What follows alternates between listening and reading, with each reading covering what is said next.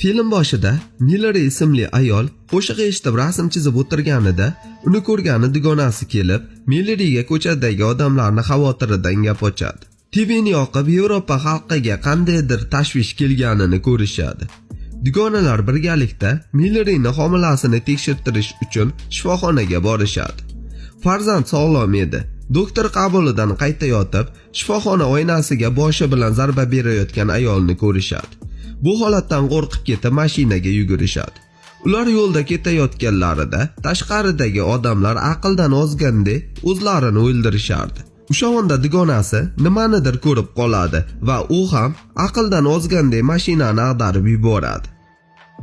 Millari mashina ichidan chiqayotgan vaqtda dugonasi o'zini mashina tagiga tashlab o'ldiradi. Millari bu holatdan qo'rqib, odamlar qochgan tomonga qarab qocha boshlaydi.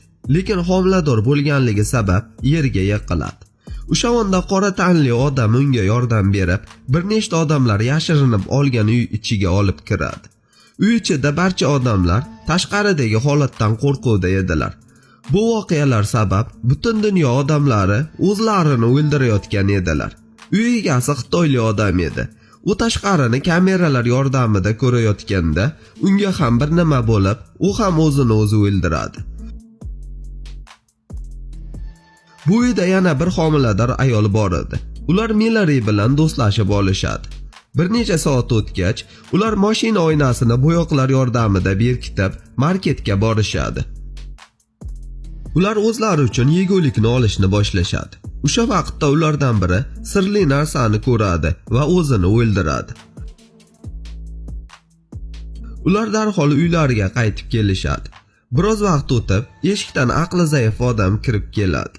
Ular uni qanday tirik qolganidan hayron edilar. Balki sirli narsa aqli zaiflarni o'ldirmas deb o'ylashadi.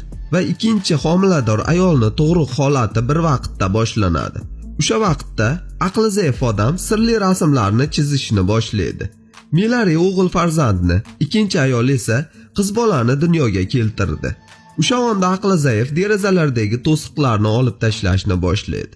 Qora tanli yigit u chizgan rasmlarga qarab